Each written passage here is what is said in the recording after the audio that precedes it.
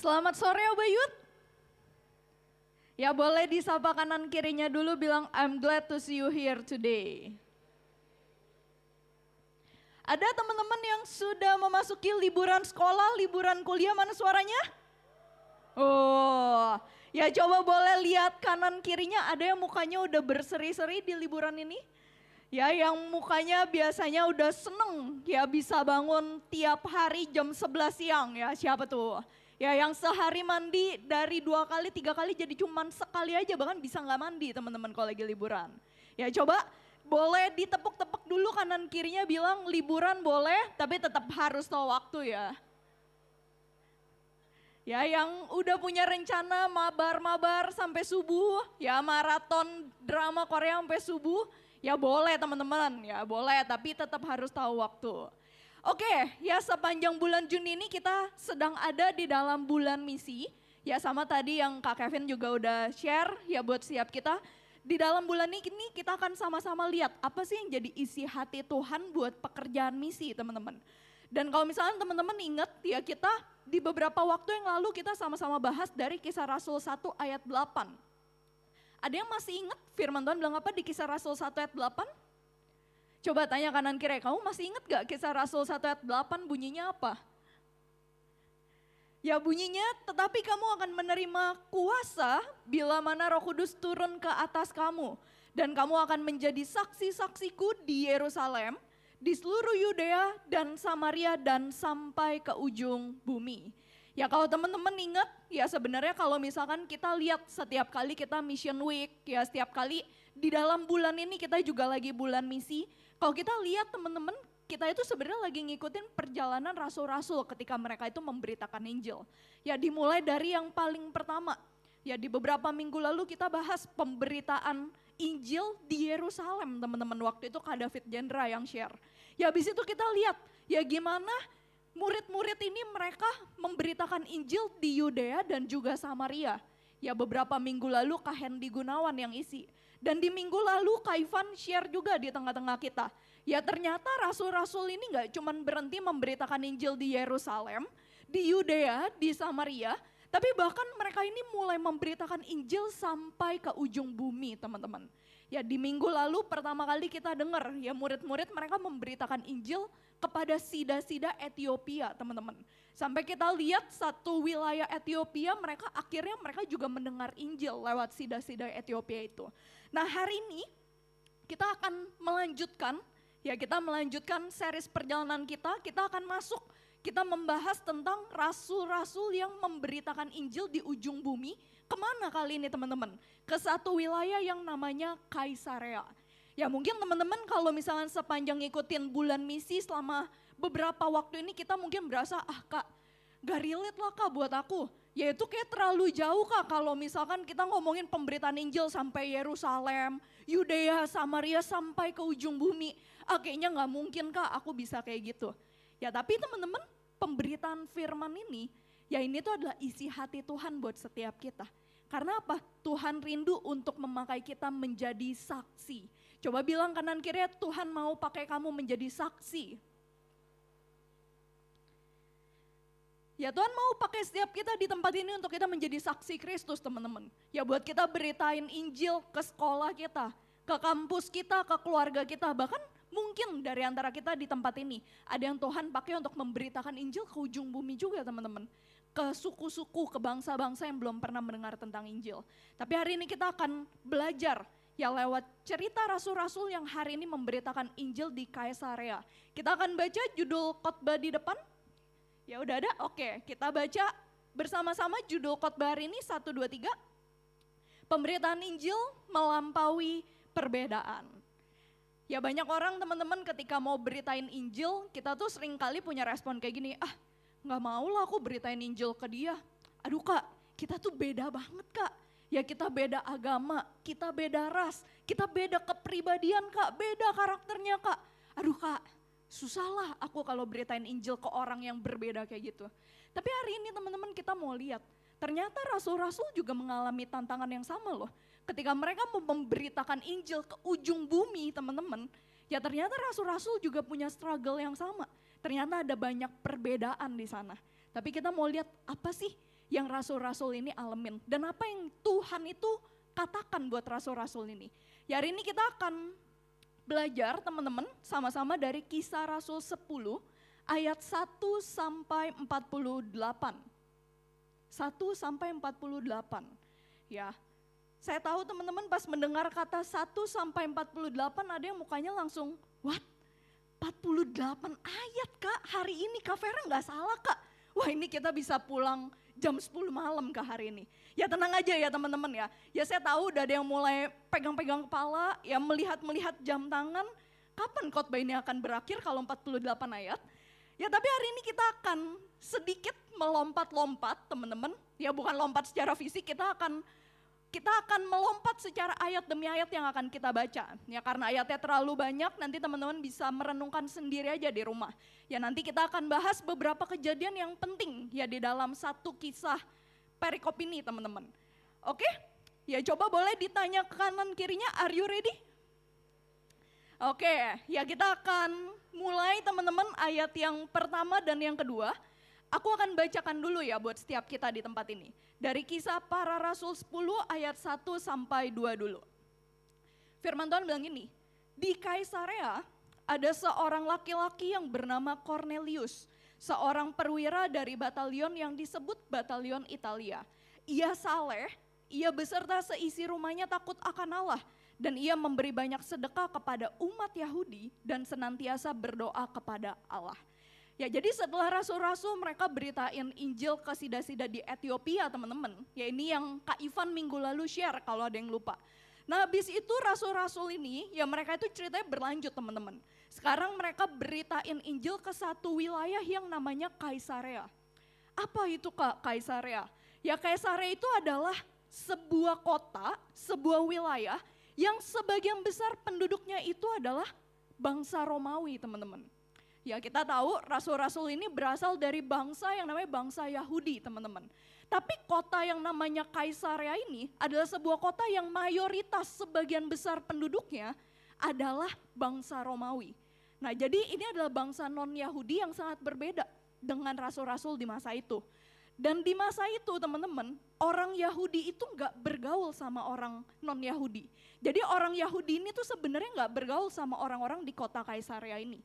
Nah tapi kita mau lihat hari ini, apa sih yang firman Tuhan mau bicara ya buat setiap kita lewat pemberitaan ini. Nah kita akan lanjutin ayatnya dari ayat 3 sampai ayat 5. Aku akan bacakan buat setiap kita, ayat 3 sampai ayat 5, firman Tuhan bilang gini. Dalam suatu penglihatan, kira-kira jam 3 petang, ia melihat dengan jelas seorang malaikat Allah masuk ke rumahnya dan berkata kepadanya, Cornelius, ya ia menatap malaikat itu dan dengan takut ia berkata, ada apa Tuhan?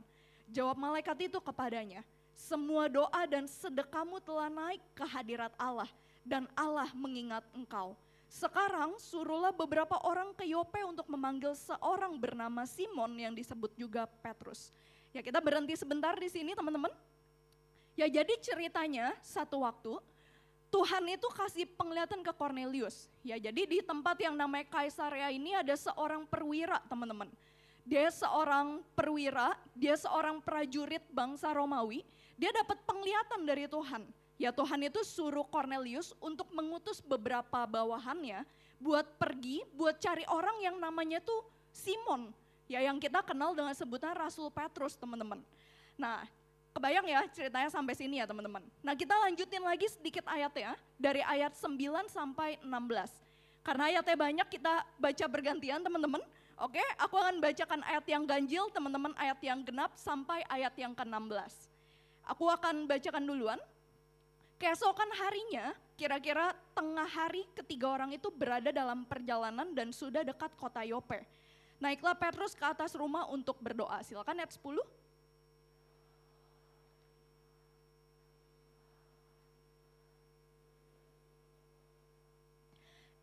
Ia melihat langit terbuka dan turunlah sesuatu seperti kain lebar yang bergantung pada keempat sudutnya yang diturunkan ke tanah. Silakan ayat 12.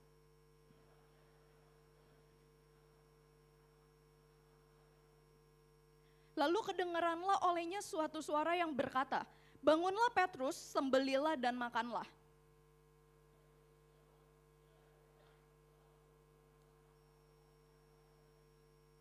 kedengeran lagi untuk kedua kalinya suara yang berkata kepadanya, apa yang dinyatakan halal oleh Allah tidak boleh engkau nyatakan haram.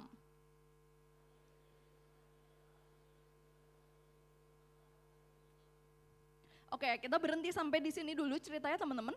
Ya tadi kita lihat ya yang pertama, Tuhan itu kasih penglihatan ke Cornelius. Cornelius itu disuruh mencari Rasul Petrus. Ya dia disuruh bawa pegawai-pegawainya buat pergi ke sebuah kota yang namanya Yope buat mencari Rasul Petrus. Tapi kita lihat di cerita lanjutannya teman-teman, Tuhan itu juga ternyata memberikan penglihatan kepada Rasul Petrus. Ya Tuhan kasih penglihatan. Ya di dalam penglihatan itu tiba-tiba Rasul Petrus tuh ngelihat ada sebuah kain yang besar teman-teman. Ya kita sedikit berimajinasi ya teman-teman ya. Bayangin kalau teman-teman tiba-tiba lihat di depan mata kita ada kain besar sekali. Ya di dalam kain itu tiba-tiba ada banyak binatang teman-teman. Binatang yang berkaki 4, ada burung-burung, ada binatang yang melata. Terus tiba-tiba teman-teman, ya bayangin ya. Mungkin di dalam kain itu ya ada burung hantu, ada babi, ya ada yang lain-lain lagi teman-teman. Terus tiba-tiba muncul suara dari langit. Francis, ya makanlah binatang-binatang yang ada di kain itu. Teman-teman ada yang berani ya kalau disuruh makan ular, ya disuruh makan reptil, disuruh makan kecoa teman-teman. Wah enggak ya teman-teman ya. Nah tapi si Rasul Petrus ini dia tuh mendengar Petrus sembelilah dan makanlah binatang-binatang itu. Terus abis itu Rasul Petrus dia bilang kayak gini, enggak Tuhan, ya aku gak mau, aku tuh makan itu. Kenapa? Karena aku tuh belum pernah makan makanan-makanan yang haram sebelumnya. Ya teman-teman familiar ya mungkin dengan kejadian ini. Ya dulu teman-teman aku punya teman pas lagi kuliah. Ya kita kuliah, terus abis itu temen aku ini tuh asalnya dari agama seberang teman-teman.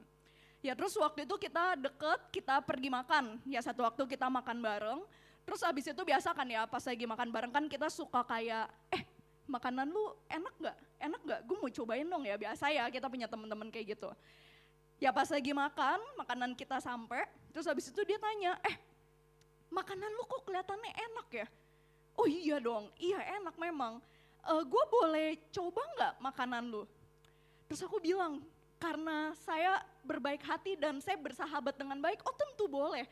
Makan aja nggak apa-apa, cobain. Pas dia udah ambil sendok teman-teman, mau ngambil makanannya, tiba-tiba aku keinget satu hal. Aku bilang gini sama dia, tunggu, jangan dimakan dulu. Oh kenapa emangnya? Gue lupa, ini tuh enak gara-gara ada babi di dalamnya. Terus habis itu temen aku langsung bilang gini, ya ampun, kok lu ngomong sekarang sih? Hah? Ngomong sekarang? Maksudnya? Terus dia bilang gini, harusnya tuh lu ngomongnya nanti aja, tunggu gue cobain tahu. Biar gue tahu dulu rasanya tuh gimana sih makanan enak gitu ya. Ya ampun dalam hati aku, tapi puji Tuhan ternyata dia tidak jadi makan teman-teman. Ya tapi di sana ya mungkin kita punya orang-orang yang kita lihat, oh dia nggak mau nih makan makanan ya mungkin gitu ya, dia nggak mau makan babi, dia nggak mau makan sapi, karena buat dia wah ini haram nih, gue nggak mau makan gini-ginian, ya gue cuma mau makan makanan yang halal. Nah tapi teman-teman, si Rasul Petrus ketika dia ngelihat binatang-binatang ini ada di gulungan itu teman-teman, terus abis itu Tuhan bilang makan, sembeli dan makan.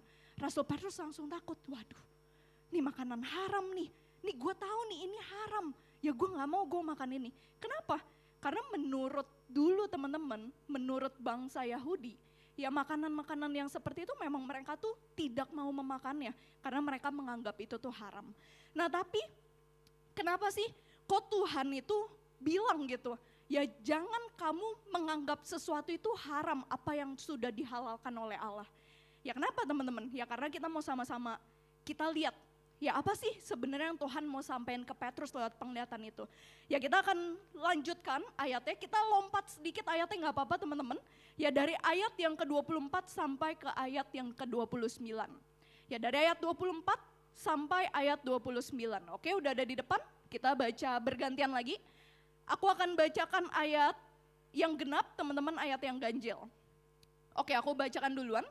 Ya pada hari berikutnya sampailah mereka di Kaisarea. Cornelius sedang menantikan mereka dan ia telah memanggil sanak saudaranya dan sahabat-sahabatnya berkumpul. Silakan ayat 25.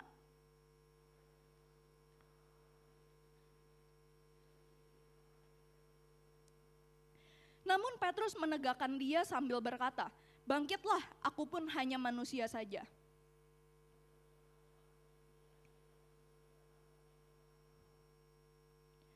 Ia berkata kepada mereka, "Kamu tahu betapa kerasnya larangan bagi orang Yahudi untuk bergaul dan berkunjung kepada orang-orang yang bukan Yahudi.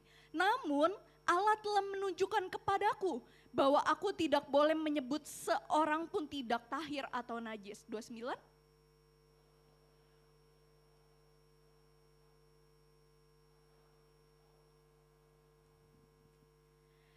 Nah ini di ayat ini teman-teman kita ngelihat satu. Ya apa sih yang sebenarnya Tuhan mau sampaikan ke Petrus? Tuhan tuh lagi mau ngomong gini, "Petrus, ya aku tuh tahu kamu itu tuh gak mau beritain Injil ke bangsa non-Yahudi.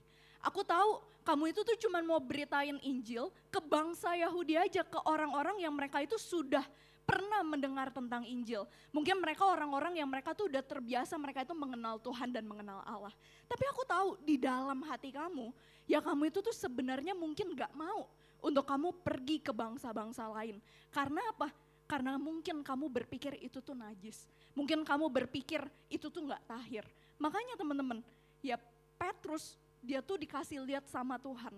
Ya ada binatang-binatang yang mungkin menurut penilaian dia, itu tuh binatang-binatang yang haram dan dia gak mau sentuh. Tapi apa yang Tuhan mau ngomong? Tuhan mau bilang kayak gini, Tuhan mau untuk Petrus itu pergi beritain Injil. Kepada siapa? Kepada Cornelius dan kepada keluarganya. Kepada bangsa Romawi. Ya kepada bangsa yang mereka itu mungkin gak pernah dengar tentang Tuhan sebelumnya. Kepada bangsa yang sangat berbeda dengan mereka. Tadi kita sama-sama kita udah lihat teman-teman. Orang-orang dulu, ya orang Yahudi itu gak bergaul sama orang non-Yahudi teman-teman. Karena buat mereka, ya buat mereka orang-orang non-Yahudi itu tuh berbeda sekali dengan mereka. Tapi seberapa banyak mungkin di dalam hidup kita teman-teman, kita seringkali juga punya respon kayak gitu. Gue gak mau lah beritain Injil ke dia. Ngapain gue beritain Injil ke dia? Kita beda. Ya kita beda agama, kita beda ras. Aduh gue tuh beda karakter banget nih sama dia. Seberapa banyak mungkin di dalam hidup kita teman-teman ketika kita beritain Injil. Kita tuh berasa gak mau lah Tuhan. Perbedaannya terlalu besar antara gue dan dia Tuhan. Gak mau gue beritain Injil ke orang yang sangat berbeda sama gue. Tapi seberapa teman-teman, mungkin kita punya respon kayak gitu. Kita gak mau untuk kita diutus sama Tuhan untuk kita pergi memberitakan Injil kepada orang yang berbeda dengan kita. Dulu pas lagi aku kuliah teman-teman, ya aku tuh kuliah di kampus umum. Ya jadi aku bukan kuliah kayak di Untar, di Binus yang isinya hampir 90% Kristen dan 90% mungkin Chinese gitu teman-teman. Ya dulu aku kuliah di salah satu kampus umum. Jadi isi kelas aku itu teman-teman aku tuh bukan cuman orang-orang Kristen gitu. Ya jadi aku punya banyak teman-teman yang dari agama seberang, ya ada yang dari agama Buddha, dari agama Hindu, dari agama Islam. Ya kita bergabung di dalam satu kelas teman-teman. Nah tapi dulu pas lagi aku kuliah, aku itu dari sejak aku SMP, aku kenal Tuhan, aku tuh punya hati, aku tuh mau loh Tuhan buat aku menangin teman-teman aku. Hati aku besar kayak gitu teman-teman. Aku lihat masa-masa SMP dan SMA aku tuh punya hati seperti itu dan aku tuh suka ya buat aku tuh ceritain tentang Yesus ke teman-teman aku yang lain. Kenapa? Karena dulu pas SMP sama SMA buat aku gampang banget ceritain tentang Yesus. Karena aku sekolah di sekolah Kristen teman-teman. Ya SMP-nya bukan Kristen sih, sekolah Katolik, tapi ya udahlah gitu 11-12 lah ya. Semua orang ngomongin tentang Tuhan, ngomongin tentang Yesus tahu gitu. Nah di dalam kampus umum aku ini teman-teman, karena kita asalnya dari banyak agama, kita belajar di satu kelas, aku tuh juga punya kerinduan, aku tuh mau loh Tuhan buat aku tuh menangin teman-teman aku yang lain sebenarnya. Tapi di dalam hati aku teman-teman, aku tuh berasa kayak gini, tapi beda agama lagi Tuhan, gimana ya? Bukan cuman beda agama Tuhan, kita tuh beda banget gitu. Ya kita beda latar belakang, kita tuh beda karakter, kita tuh beda banget Tuhan. Ya terus teman-teman tau gak apa yang aku lakuin? Ketika aku melihat banyak perbedaan yang ada kayak gitu, aku dulu tetap punya VIP list teman-teman. Pas lagi aku kuliah aku tetap punya orang-orang yang memang aku tuh, aduh aku serius aku mau jangkau dia, aku doain dia gitu setiap malam. Tapi teman-teman tahu siapa orang-orang yang masuk ke dalam VIP list aku? Mereka adalah orang-orang yang mereka itu mayoritas teman-teman, mereka tuh agama Kristen. Ya terus abis itu adalah di top tier bawah-bawahnya gitu. Abis agama-agama Kristen aku masukin jadi VIP list aku, di bawahnya aku selipin tuh orang-orang yang agama Katolik teman-teman. Aku pikir ya bisa lah ya 11-12 gitu, ngomongin Yesus masih ngerti gitu ya. Tapi di dalam VIP list aku tahu gak ada teman-teman aku yang dari agama lain, dari agama Islam, dari agama Buddha, itu tuh masuk ke dalam VIP list aku teman-teman. Sampai satu waktu aku inget, ya aku juga di dalam kelas, ya aku tuh juga banyak menjaga jarak sama mereka gitu. Karena aku pikir ya kita beda lah, susah lah kayaknya gak bisa lah bareng-bareng. Nah sampai satu waktu Tuhan tuh ngomong gini sama aku, Fer, aku tuh mau kamu tuh beritain Injil, itu tuh bukan cuman ke comfort zone kamu gitu. Bukan cuman kepada orang-orang Kristen yang menurut kamu, wah gampang nih beritain Injil ke mereka. Tapi aku juga mau kamu tuh memberitakan Injil bahkan kepada orang-orang yang menurut kamu tuh berbeda. Berani gak untuk kamu itu ceritain tentang Yesus kepada orang yang berbeda gitu dengan kamu. Wah tapi di sana teman-teman aku tahu, oh ini tuh isi hati Tuhan loh. Tuhan tuh mau untuk aku tuh memberitakan Injil kepada banyak orang. Di sana aku mulai pelan-pelan, aku tuh mulai doain teman-teman aku yang Muslim, teman-teman aku yang Buddha, aku mulai masukin mereka di VIP list aku dan aku doain mereka tiap malam. Ya abis itu kan ceritanya juga gak gampang ya. Aku mikir kayak gini sama Tuhan, oke lah gimana ya tapi caranya buat aku beritain Yesus ke teman-teman aku yang sangat berbeda ini gitu Tuhan. Kan gak mungkin ya tiba-tiba samperin temen aku yang Muslim gitu misalkan, terus aku bilang, kamu kalau misalkan masuk, kalau kamu mati nanti kamu masuk surga apa masuk neraka? Aduh Tuhan kayak gak mungkin deh dilepeh kali gitu sama dia. Gimana ya Tuhan caranya buat beritain Injil ke orang yang sangat berbeda kayak gini. Tapi di sana teman-teman, di tengah semua kegalauan aku tahu satu, Tuhan itu tuh pribadi yang ketika kita tuh say yes sama panggilan Tuhan, ketika kita bilang Tuhan gue mungkin gak tahu caranya gimana, tapi gue mau untuk gue tuh beritain Injil. Di sana Tuhan tuh buka loh momen-momen dalam hidup kita untuk kita bisa beritakan Injil. Aku inget di momen-momen ketika aku bingung gimana ya Tuhan caranya buat aku bisa ceritain Injil ke teman-teman aku yang lain. Tiba-tiba teman-teman, out of nowhere banget. Aku inget kejadian ini dan kejadian ini membekas gitu di dalam hati aku. Satu waktu kita selesai ngerjain tugas kuliah, aku sekelompok sama teman-teman aku yang tadi, yang Muslim, yang Buddha. Terus habis itu selesai kita ngerjain tugas kuliah, aku gak punya pemikiran apa-apa. Oh kayak habis ini oke gue akan injilin mereka, enggak teman-teman. Tapi aku inget tiba-tiba temen aku ini yang Muslim, 2 orang di kelompok itu, mereka tuh nanya gini ke aku, Fer, lu tuh agama Kristen kan ya? Iya gue agama Kristen. Agama Kristen tuh ngapain sih sebenarnya? Wah di sana aku mulai mikir, kenapa ya dia tiba-tiba menanyakan tentang agama Kristen gitu. Terus abis itu gak lama dia bilang kayak gini, gue boleh tahu lebih lanjut gak tentang agama lu? Gue boleh tahu gak Tuhan lu itu tuh kayak gimana sih? Karena gue tuh mau buat gue tuh ikut agama lu gitu. Wah di sana teman-teman, aku tuh benar-benar di dalam hati aku bilang sama Tuhan, Tuhan aku tuh gak pernah menyangka loh. Ternyata aku tuh bisa beritain Injil, bahkan kepada orang yang menurut aku, wah ini tuh kita beda banget. Tapi ketika aku tuh say yes gitu, ketika aku bilang sama Tuhan, Tuhan aku mau. Mungkin aku gak tahu caranya gimana deh Tuhan. Mungkin aku juga bingung di masa itu caranya gimana. Tapi aku lihat teman-teman ketika kita tuh say yes gitu. Kita bilang sama Tuhan, Tuhan mungkin gue gak tahu caranya gimana. Tapi gue mau dan gue punya hatinya. Di sana Tuhan itu akan bekerja teman-teman. Untuk kita, lewat hidup kita, lewat perkataan kita. Injil itu tuh bisa diberitakan. Bahkan kepada orang-orang yang sangat berbeda dengan kita teman-teman. Dan itu juga apa yang Tuhan itu mau Rasul Petrus tuh alamin. Ya ketika mungkin dia pikir, wah kita beda nih, gak bisa nih gue berbeda sama Cornelius, bangsa kita beda. Ya mungkin dari antara kita teman-teman sama kayak Petrus, kita udah set boundaries duluan, kita udah set batasan duluan. Ah udahlah gak mau deh Tuhan kalau sama dia, beda Tuhan, sorry gak bisa Tuhan. Ya tapi justru teman-teman, hati Tuhan buat setiap kita apa sih? Hati Tuhan itu adalah untuk kita pergi memberitakan Injil tanpa kita memandang perbedaan yang ada. Aku ulang, hati Tuhan buat setiap kita adalah untuk kita pergi dan kita memberitakan Injil tanpa kita memandang setiap perbedaan yang ada. Karena apa?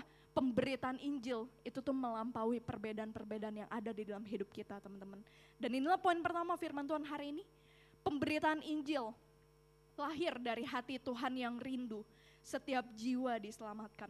Dan kerinduan itu kini menjadi panggilan bagi kita untuk pergi tanpa memandang perbedaan.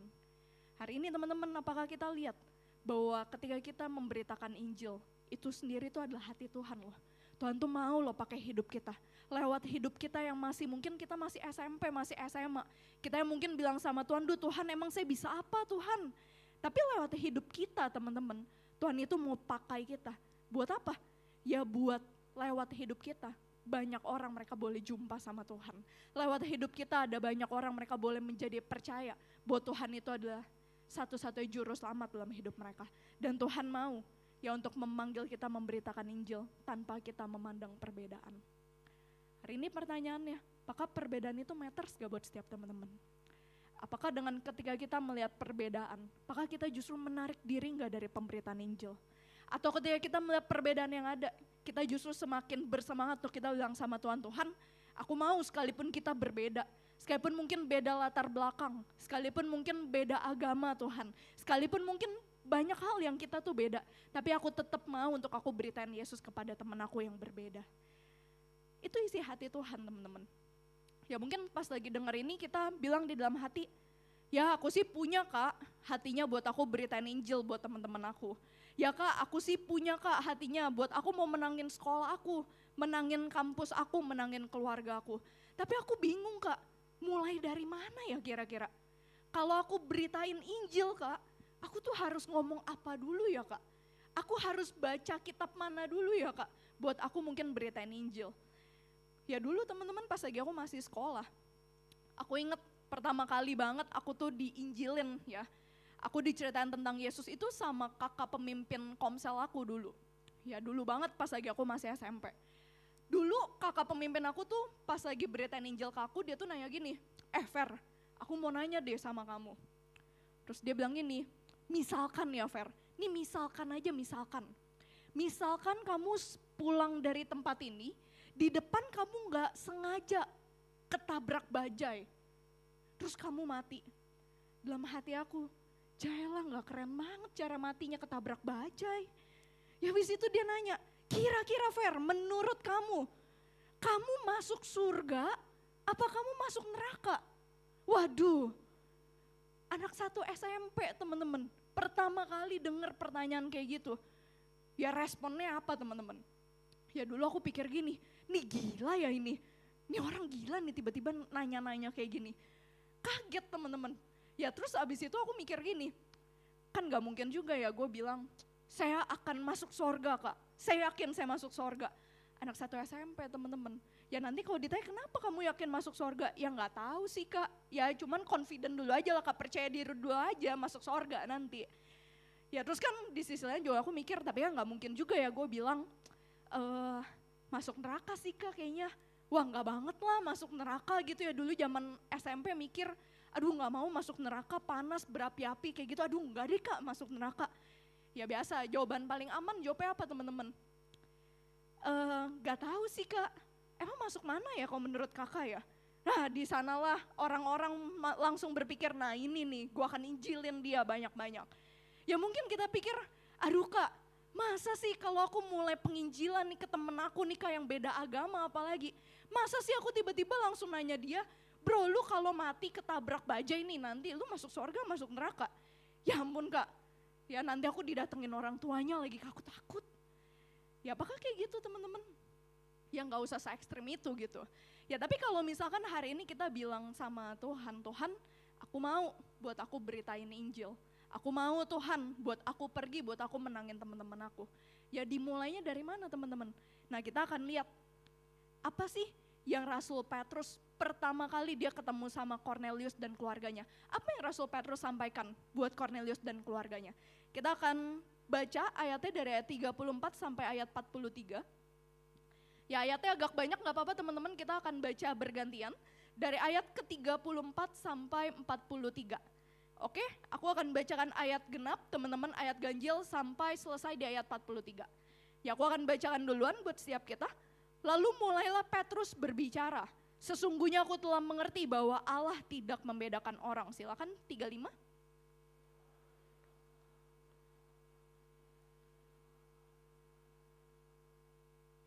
Itulah firman yang ia sampaikan kepada orang-orang Israel ketika ia memberitakan damai sejahtera melalui Yesus Kristus yang adalah Tuhan dari semua orang.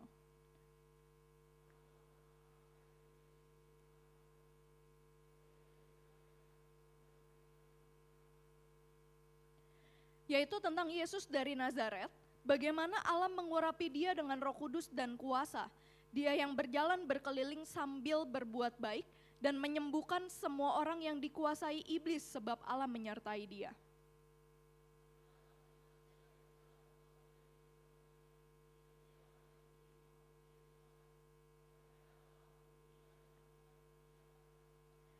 Allah telah membangkitkan dia pada hari yang ketiga dan memperkenankan dia menampakkan diri.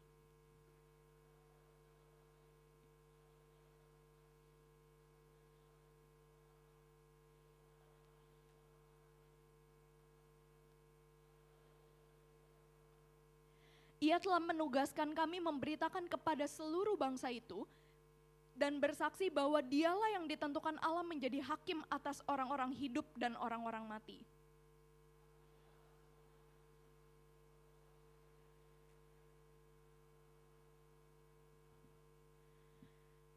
Ini apa yang Petrus dia beritain ke Cornelius dan keluarganya, teman-teman.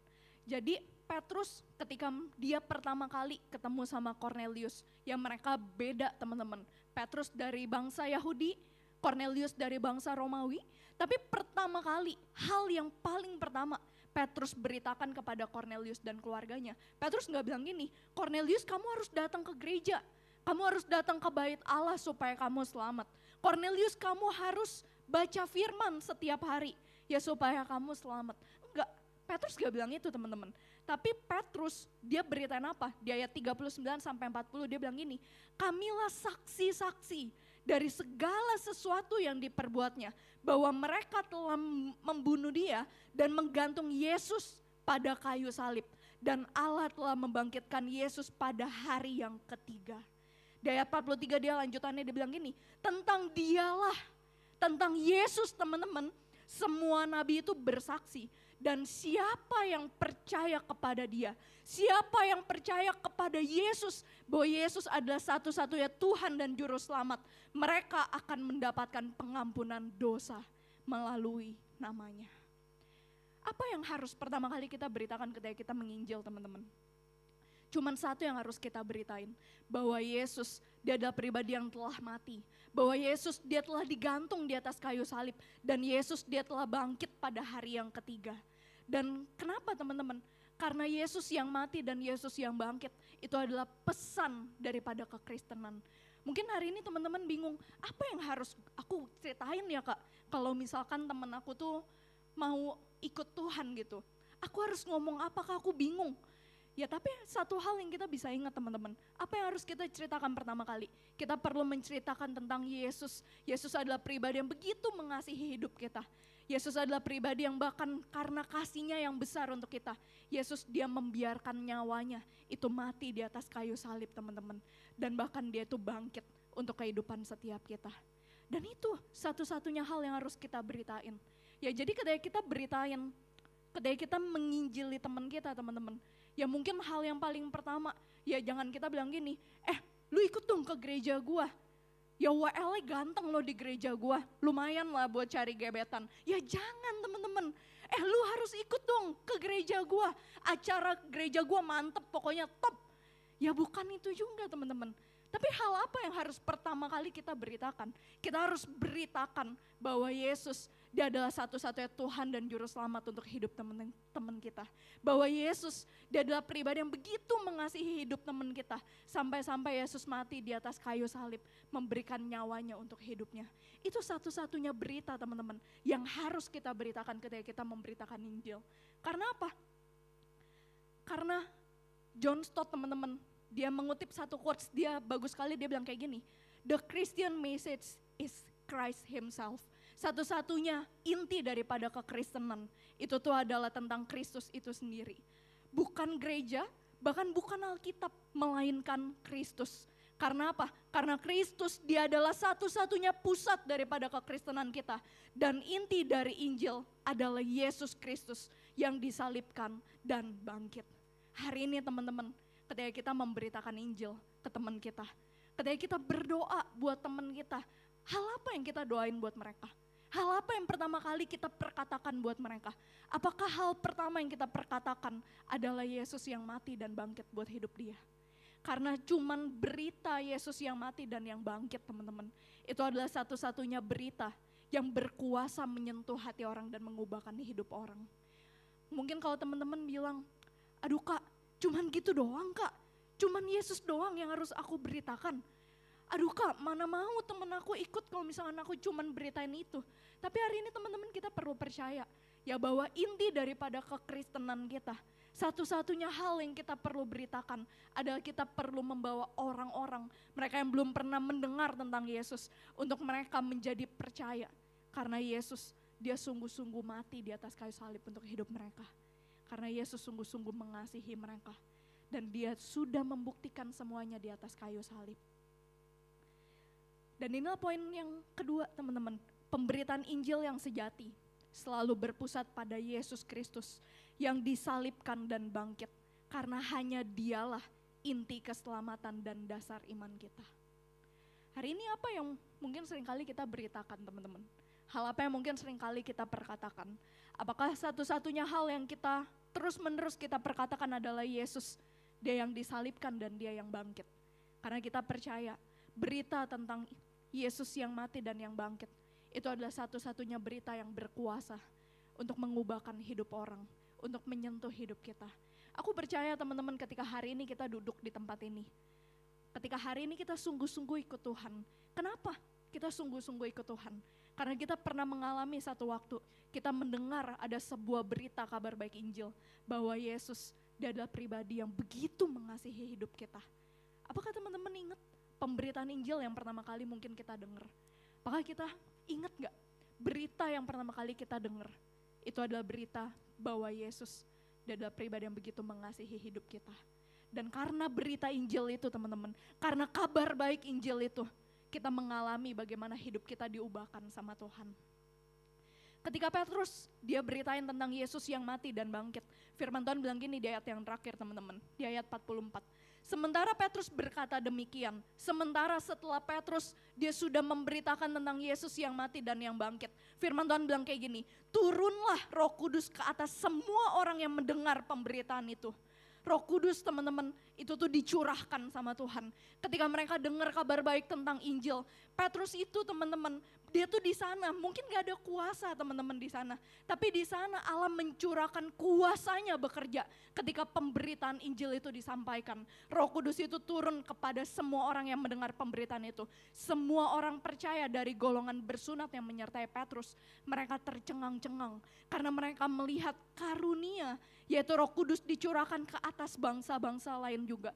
Di masa itu teman-teman, orang-orang Yahudi mereka cuma percaya karunia Roh Kudus itu tuh cuman dipunyai, ya cuman bisa didapetin itu sama orang-orang Yahudi. Mereka gak percaya bangsa-bangsa lain, bangsa-bangsa yang gak pernah dengar tentang Yesus, mereka gak percaya mereka itu juga bisa dibaptis Roh Kudus. Mereka gak percaya bangsa-bangsa lain itu ternyata juga bisa terima Roh Kudus.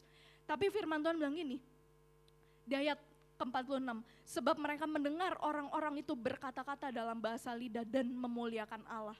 Lalu kata Petrus, bolehkah orang mencegah untuk membaptis orang-orang ini dengan air, sedangkan mereka telah menerima Roh Kudus seperti kita? Lalu ia menyuruh mereka dibaptis dalam nama Yesus Kristus. Kemudian mereka minta Petrus untuk tinggal beberapa hari lagi bersama dengan mereka. Firman Tuhan bilang, ketika Petrus melakukan bagiannya untuk menceritakan Yesus yang mati dan yang bangkit, di sana turunlah Roh Kudus kepada semua orang yang mendengar pemberitaan itu.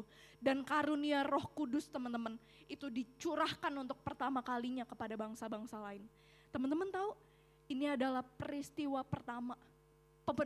pertama pemberitaan Injil itu tuh dialami sama bangsa-bangsa lain. Ini adalah kejadian pertama.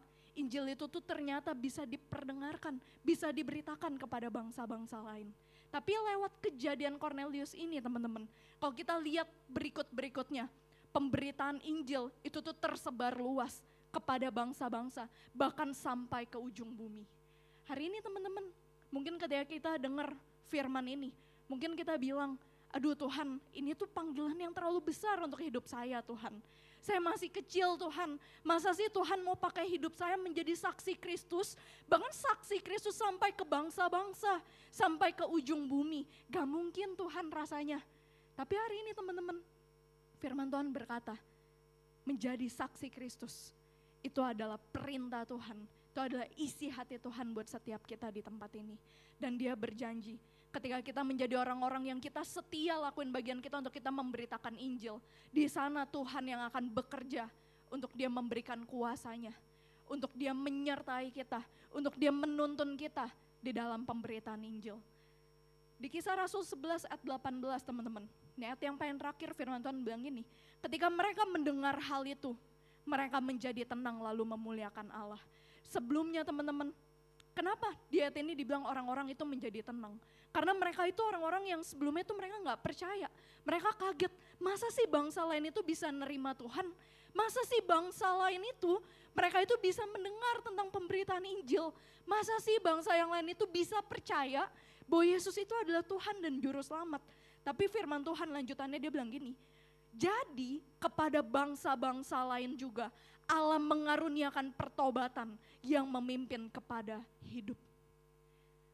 Ketika Petrus dia memberikan dirinya untuk dia setia memberitakan Injil teman-teman. Firman Tuhan bilang Allah lah yang mengaruniakan pertobatan yang memimpin kepada hidup. Apa yang firman Tuhan lagi mau ngomong teman-teman? Mungkin hari ini ketika kita bilang, duh Tuhan aku takut buat aku itu memberitakan Injil. Tuhan aku tuh takut, ya masa sih temen aku itu bisa percaya Yesus lewat hidup aku? Masa sih Tuhan lewat perkataan aku ini Tuhan, temen aku itu bisa percaya kepada Yesus? Masa Tuhan ketika aku beritain Injil hidup temen aku masa sih bisa berubah? Jawabannya bisa teman-teman. Kenapa? Tapi bukan karena pemberitaan kita, tapi karena Allah lah yang mengaruniakan pertobatan itu. Allah lah yang membuka hati teman kita untuk mereka boleh menjadi percaya kepada Yesus. Sehingga bagian kita apa? Bagian kita cuma satu. Bagian kita bilang sama Tuhan, Tuhan saya mau Tuhan.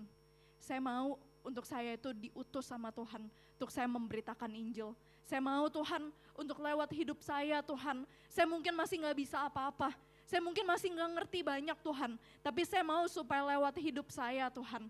Teman-teman saya, keluarga saya, sekolah saya, kampus saya, bahkan mereka yang beda agama sama saya, mereka yang sangat berbeda dengan saya Tuhan.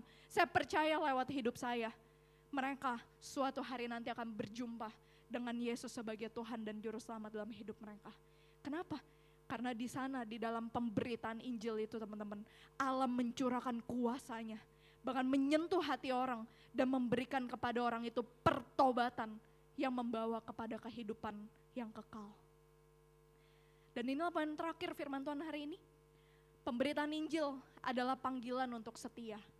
Hari ini teman-teman, apakah kita masih setia untuk kita memberitakan Injil? Atau mungkin rasanya udah lama kita gak pergi memberitakan Injil. Tapi panggilan memberitakan Injil adalah panggilan untuk Tuhan mau kita setia melakukannya. Dan saat kita melakukannya, Allah di sana mencurahkan kuasanya, menyentuh hati orang dan mengaruniakan pertobatan yang membawa kepada hidup. Silakan teman-teman tim pujian penyembahan boleh maju ke depan. Kalau hari ini teman-teman mungkin kita rasanya, aduh Kak, sulit Kak buat aku beritain Injil kepada orang banyak.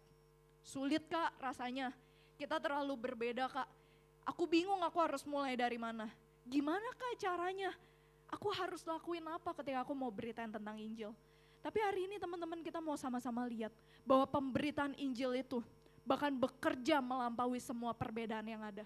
Kita bisa banyak beda sama teman kita. Kita bisa banyak beda sama keluarga kita.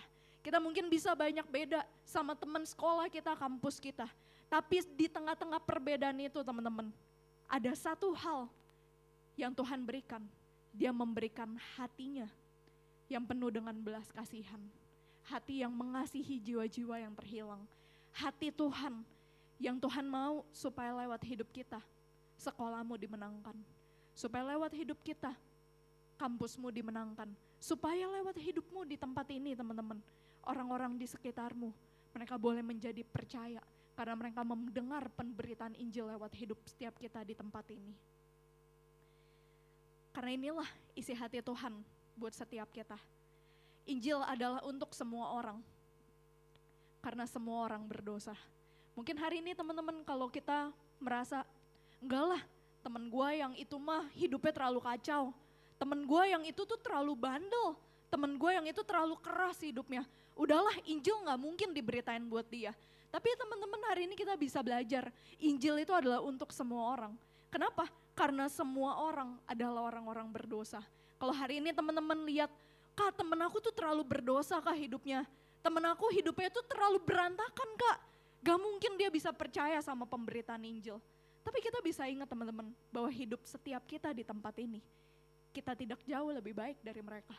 Bahwa setiap kita di tempat ini kita adalah orang-orang yang berdosa. Dan setiap kita hanya bisa diselamatkan oleh anugerah melalui iman kepada Yesus Kristus yang disalibkan dan bangkit. Hari ini teman-teman, apakah ada hati itu enggak di dalam hati kita? Hati yang berbelas kasihan, hati yang rindu untuk kita tuh memberitakan Injil kepada orang-orang di sekitar kita. Kenapa? Karena Allah yang Maha Kasih, Dia bekerja melampaui batas-batas budaya. Allah yang Maha Kasih, Dia bekerja melampaui batas agama dan latar belakang untuk membawa setiap orang kepada keselamatan sejati di dalam Kristus.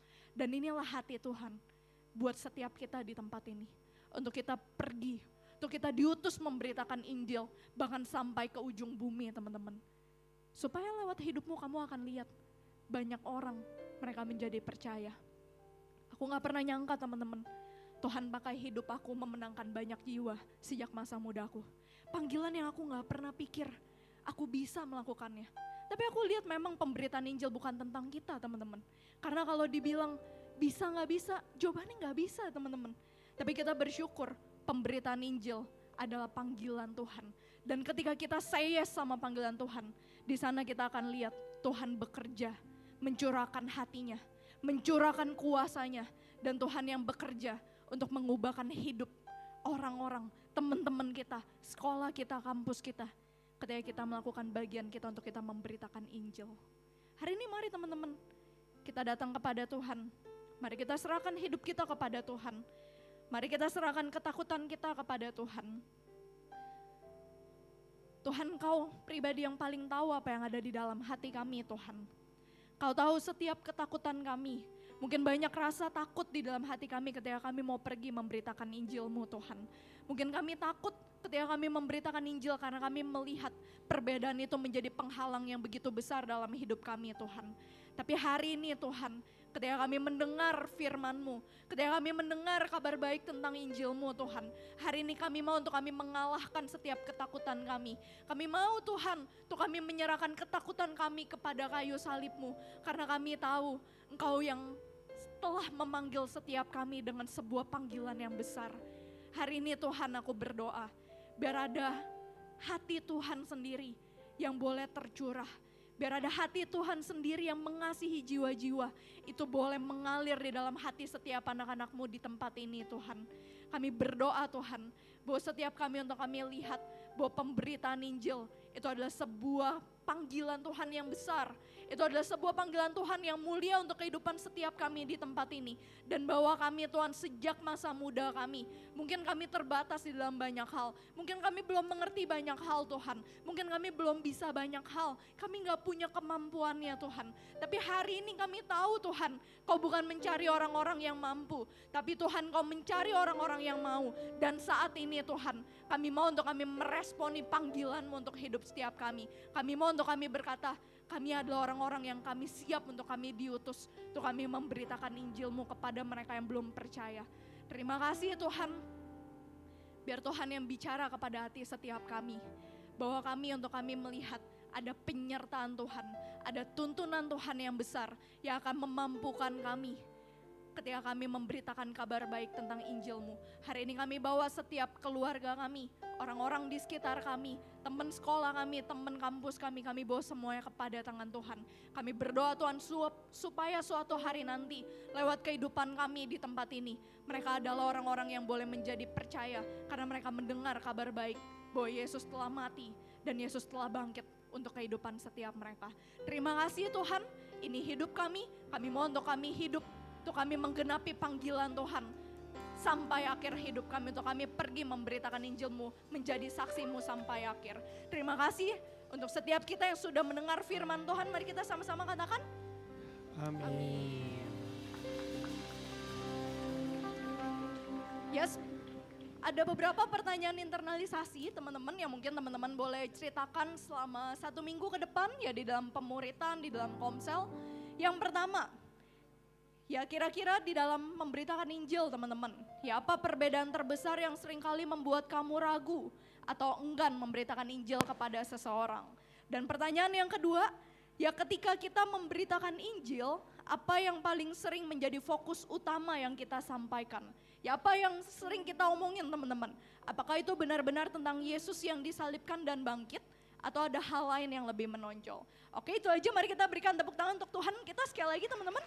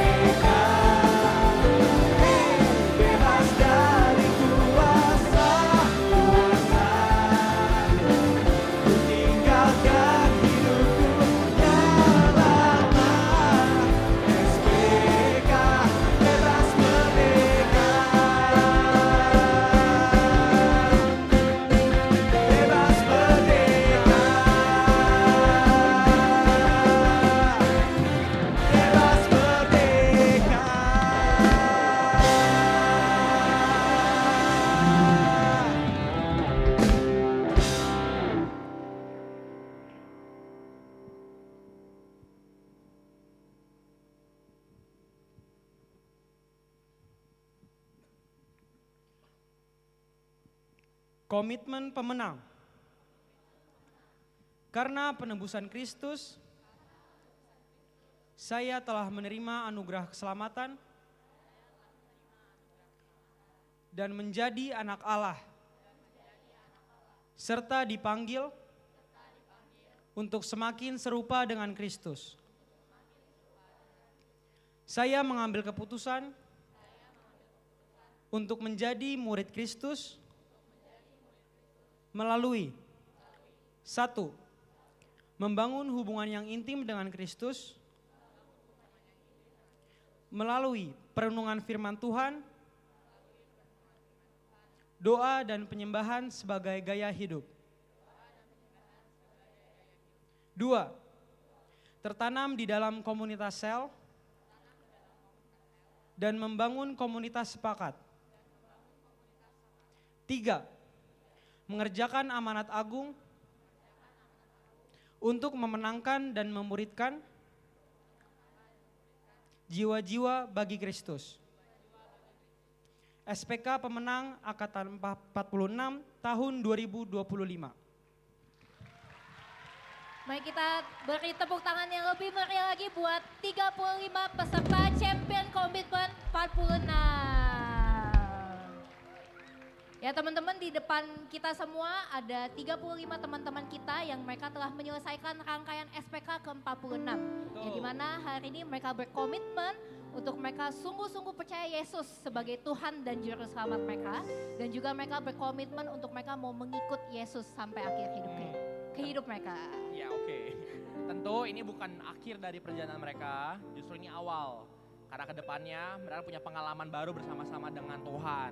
Sehingga hari ini kita sebagai teman-teman mereka, kita mau dukung setiap mereka yang ada hari ini. Kita mau support apa yang jadi langkah iman mereka. Sehingga aku mau ajak teman-teman pemimpin, para pembina, mari kita mau satukan hati, kita berdoa untuk setiap mereka. Tapi sebelumnya kita mau ajak para pemimpin, para fasilitator sel yang ada, atau mungkin pembina-pembina SPK yang ada, untuk kita mau menyematkan PIN SPK pemenang kita. Ya mari teman-teman, kau boleh maju, kau boleh hampiri anak binamu, anak komselmu, yang kau mungkin tahu ada anak binamu yang hari ini ikut CC. Kita mau dukung mereka, kita mau sematkan PIN SPK pemenang mereka betul. di dada sebelah kiri setiap peserta yang ada. Ya sudah ada petugas yang menyediakan PIN di sebelah kanan kiri, kau boleh hampiri mereka dan kau juga boleh kasih peneguhan semangat buat setiap mereka. Mungkin para peserta boleh dilihat, ini muka kakaknya yang tiap minggu dilihat gitu. Waktu kemarin CG nangis, ini kakaknya yang bawa tisu buat kamu. Iya. Ya. Kita mau bilang thank you kak, udah kasih waktunya untuk aku. Thank you kak udah chat aku waktu aku gak bales chatnya kakak.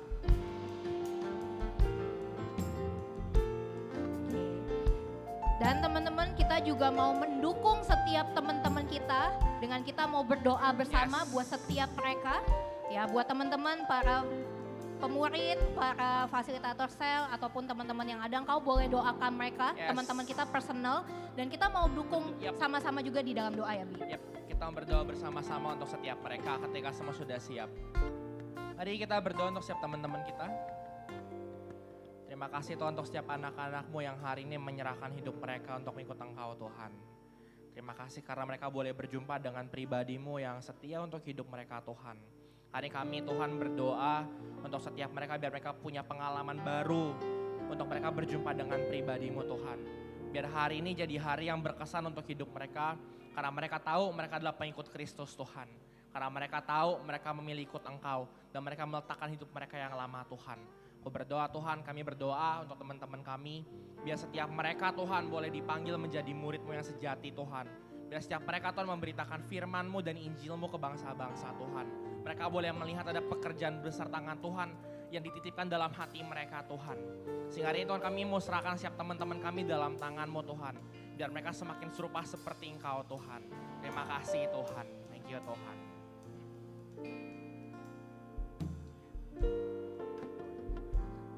Terima kasih Tuhan, kami bersyukur kami boleh lihat teman-teman kami hari ini mereka memberi diri mereka untuk mereka sungguh-sungguh percaya. Sungguh-sungguh mereka mengikut Engkau bahkan dari masa muda mereka. Biar Tuhan hari ini Engkau boleh terus Tuhan hadir di dalam kehidupan setiap mereka. Mereka boleh mengenal kasih-Mu Tuhan. Kasih yang begitu sejati di dalam hidup setiap mereka Tuhan. Dan biar Tuhan hari ini, biar mereka boleh ingat bahwa ini adalah komitmen untuk setiap mereka boleh sungguh-sungguh memberi diri mereka, mengikut Yesus sampai akhir kehidupan mereka Tuhan. Kami berdoa Tuhan, kami mendukung mereka Tuhan. Ada Roh Kudus yang selalu memimpin mereka Tuhan. Mungkin di dalam perjalanan nanti yang ada nggak mudah Tuhan. Tapi biar hari ini mereka boleh dapati bahwa satu-satunya hal yang berharga di dalam hidup mereka itu adalah Yesus yang telah mati dan bangkit, memberikan pengharapan buat setiap kehidupan mereka Tuhan. Kami mau mendukung saudara kami, saudari kami, sahabat kami, teman kami Tuhan. Biar di dalam perjalanan mereka, iman mereka tidak gugur Tuhan. Tapi iman mereka boleh terus Tuhan teguh di dalam Engkau Yesus yang telah mati buat hidup setiap mereka Tuhan. Terima kasih Tuhan, terima kasih di dalam nama Tuhan Yesus. Haleluya. Amin.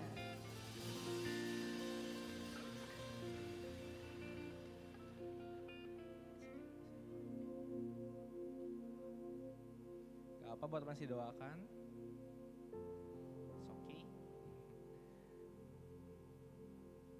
Kita mau kasih apresiasi sekali lagi buat teman-teman kita yang udah lulus telah menyelesaikan rangkaian SPK. Oke, teman yang sudah doakan boleh kembali ke tempat duduknya masing-masing. Dan tentu seperti biasa kita mau mendengar satu kesaksian dari teman kita. Yes.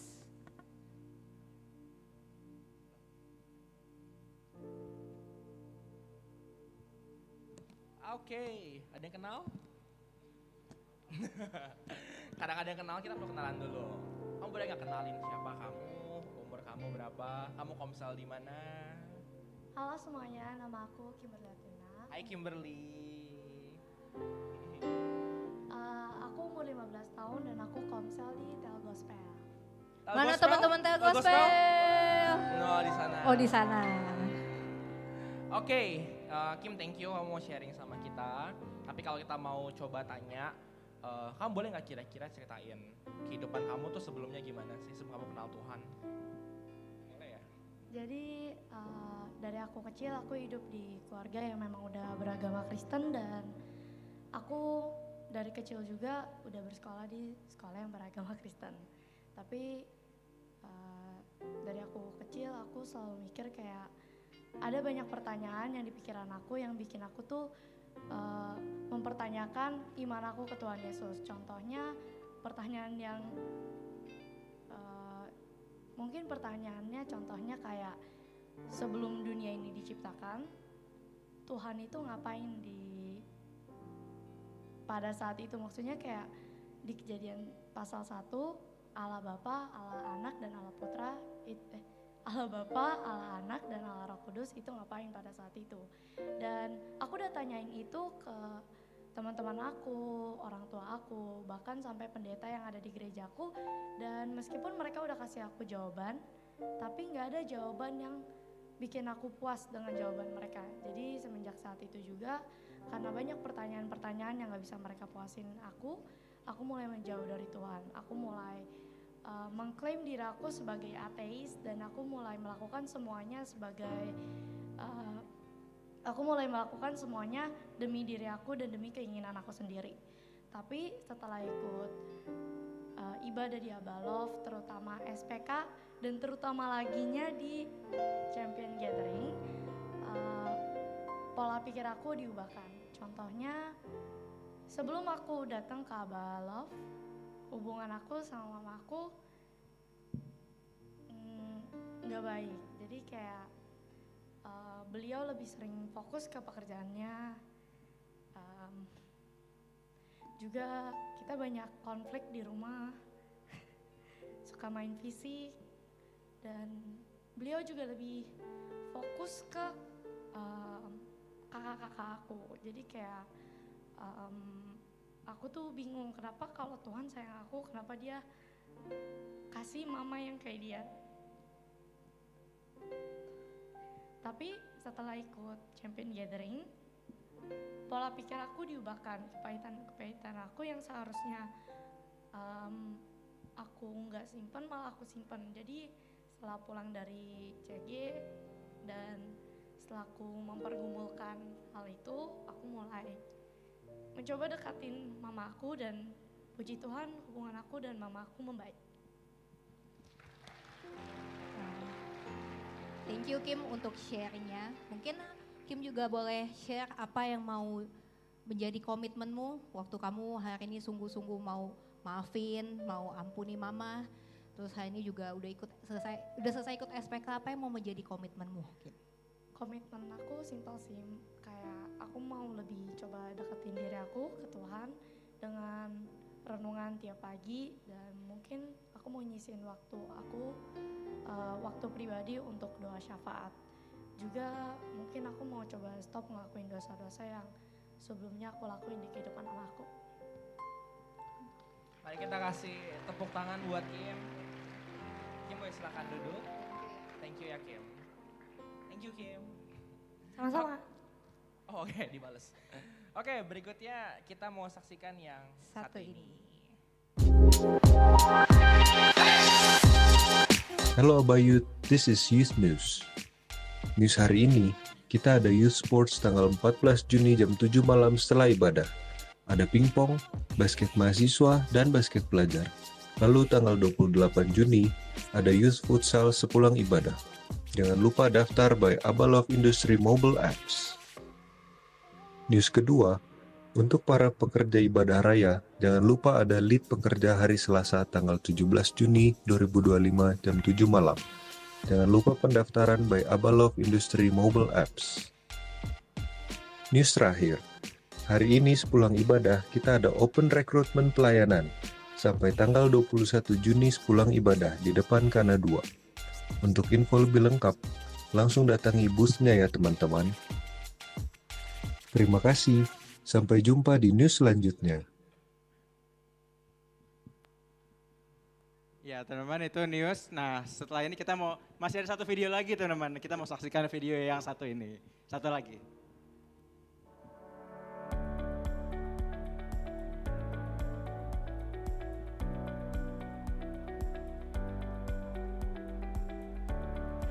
Hari ini saya ingin menceritakan satu lagi titik misi yang diadopsi oleh Abalove Industri, yaitu Watubambang dan Taronggo. Pelayanan Abalove Industri di Watubambang dan Taronggo dimulai dari tahun 2017, di mana pada waktu itu kami mendengar bahwa sesungguhnya ada orang-orang suku Tak di daerah Sulawesi Tengah yang sama sekali belum mendengar kebenaran Injil. Memang Watubambang dan Taronggo ada di daerah yang sangat terpencil. Bayangkan saudara, untuk mencapai tempat ini kita perlu naik pesawat selama 4 jam dari Jakarta ke Luwuk, lalu naik mobil selama 8 jam dari Luwuk ke desa Taronggo, kemudian jalan kaki naik dan turun bukit selama setidaknya 2 hari perjalanan. Karena aksesnya sangat sulit, tidak banyak gereja ataupun institusi lain sanggup untuk melayani secara berkelanjutan di tempat ini. Tapi pada waktu itu kami merasa hati Bapa sangat besar untuk suku Tak ini. Namun memang perlu ada orang yang memberi diri untuk menetap, menjangkau, melayani orang-orang di sana. Setelah melalui berbagai proses survei, mendoakan, akhirnya Abalove Industri memutuskan untuk berkomitmen melayani suku Tak di Watubambang dan Taronggo. Visi yang Tuhan taruhkan dalam pelayanan di Watubambang dan Taronggo adalah untuk membangun sebuah generasi penggerak agar suku Tak ini dapat berkembang dalam kehidupan yang lebih layak serta menjadi orang-orang yang takut akan Tuhan. Untuk mendukung visi ini, pelayanan yang Abalove Industri lakukan di Watubambang dan Taronggo banyak berfokus kepada pembangunan dan juga melalui pendidikan. Dulu dimulai dari tidak ada apa-apa sama sekali, saat ini Abalove Industri telah membangun SD dan PAUD yang telah resmi diakui oleh pemerintah. Saat ini ada sekitar 30-40 anak yang sedang bersekolah di dalamnya. Juga bukan hanya mengajar secara akademis, namun juga ada asrama yang dibangun, di mana para utusan misi bisa tinggal bersama dengan anak-anak, setiap hari mengajar mereka untuk berdoa, menyembah Tuhan, merenungkan firman, bahkan untuk memberitakan Injil kepada keluarga mereka. Tahun lalu saya pergi ke Watubambang dan Taronggo untuk melayani di sana selama 6 bulan. Saya melihat dengan nyata bagaimana sulitnya kehidupan masyarakat di sana, dan masih banyak budaya yang tidak sesuai dengan kebenaran firman. Di sana ada anak kecil merokok, minum minuman keras, hamil di umur yang masih sangat muda, bahkan ada anak yang kerasukan setiap minggunya. Di situ saya menangkap hati Bapak yang penuh belas kasihan untuk suku ini bisa dimenangkan. Tapi kita sebagai orang percaya juga perlu melakukan apa yang kita bisa bagi mereka. Saya berdoa supaya setiap kita bukan hanya menangkap hati Bapak, tapi juga melakukan aksi nyata yang sejalan dengan kerinduan kita. Saya mau mengajak saudara untuk berkontribusi dalam pergerakan misi yang Abalove Industri lakukan di Watubambang dan Taronggo. Saudara dapat melakukannya melalui 3D, doa, daya, dan juga dana. Doa artinya kita dapat mengkhususkan waktu untuk berdoa bagi para utusan misi di titik misi yang ada, serta bagi orang-orang yang dilayani. Daya artinya saudara juga dapat terlibat secara langsung untuk pergi diutus ke titik misi yang ada. Ladang misi selalu butuh pekerja yang diutus untuk menuai jiwa-jiwa bagi Tuhan. Dana artinya kalau saudara belum memiliki kesempatan untuk pergi secara langsung, saudara juga dapat memberikan uang untuk mendukung para utusan misi. Supaya lewat uang yang diberikan ada banyak kesempatan atau fasilitas yang dibuka agar Injil dapat semakin luas diberitakan. Saudara dapat memberi dengan mengisi kartu investasi iman misi dan memberikan secara tunai ataupun transfer ke rekening atas nama Gereja Yesus Kristus Tuhan di nomor 391 750 8090. Mari kita bersama terlibat di dalam pekerjaan misi ini karena hati Tuhan adalah hati misi. Tuhan Yesus memberkati kita semua.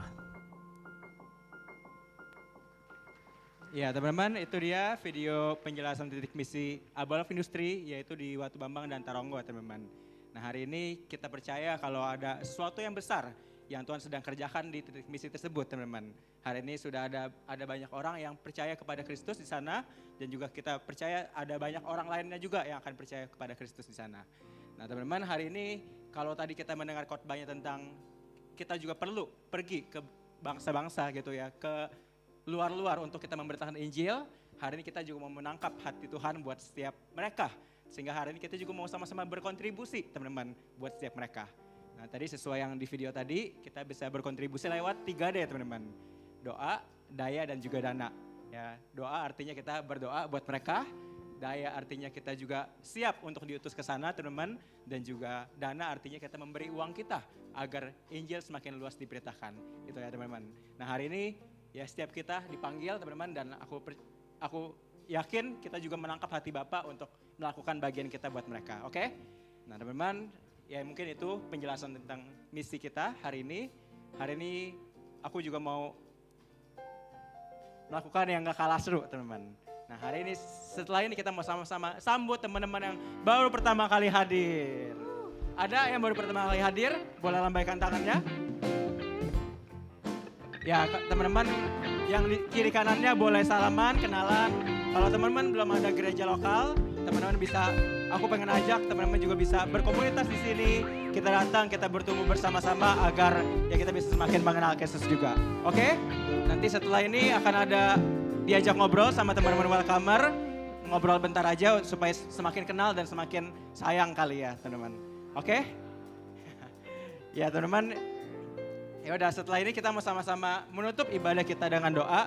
Aku pengen ajak setiap kita bangkit berdiri yuk.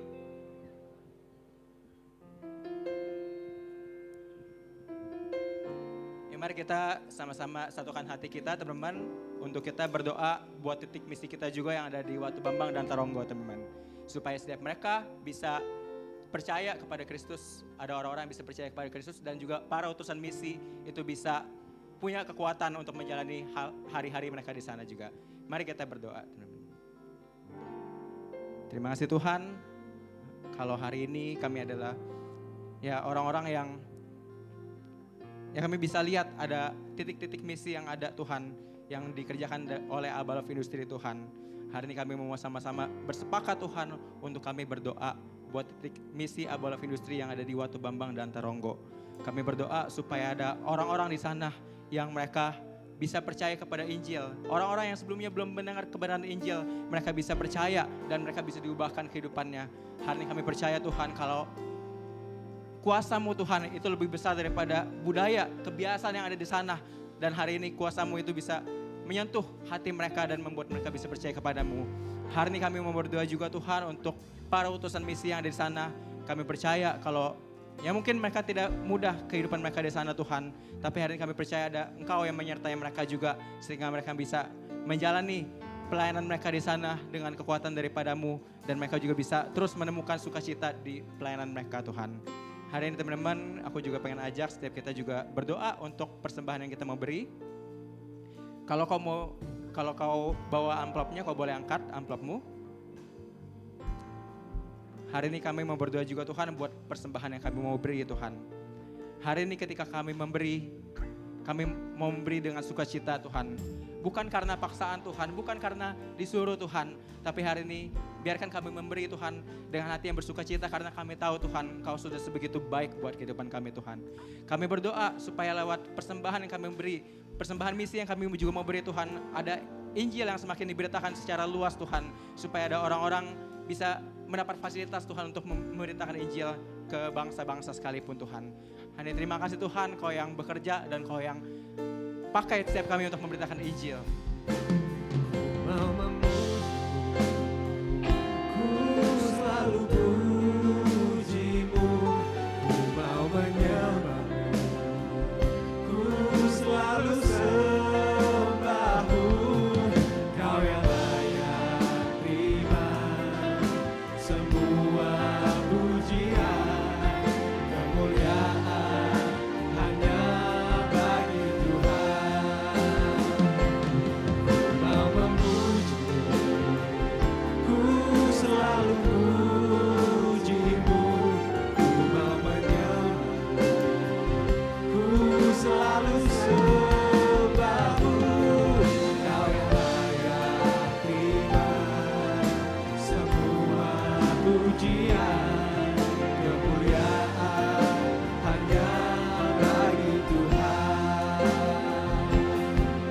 Kau yang layak terima semua pujian, kemuliaan hanya bagi Tuhan. Kau yang layak terima semua pujian, kemuliaan hanya bagi Tuhan. Terima kasih Tuhan buat kasih karunia-Mu buat kehidupan kami Tuhan.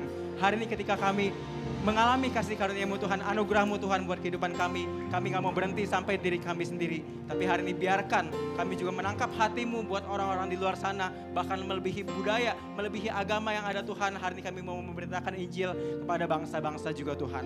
Hari ini terima kasih Tuhan, hari ini Kau yang juga berikan kekuatan buat kami sehingga kami bisa memberitakan Injil-Mu Tuhan. Hari ini jemaat Tuhan angkat kedua tangan-Mu. Terimalah berkat dari Allah Bapa, cinta daripada Tuhan kita Yesus Kristus yang karena anugerahnya telah mengaruniakan Roh Kudus kepadamu. Dan hari ini karena Roh Kudus sudah ada bersama-sama dengan kita, hari ini kita bisa menjadi saksi dimanapun kita berada, di sekolah, di kampus, bahkan sampai ke bangsa-bangsa. Hari ini teman-teman yang siap untuk diutus dan memberitakan Injil sama-sama katakan amin. Terima kasih, happy Saturday teman-teman.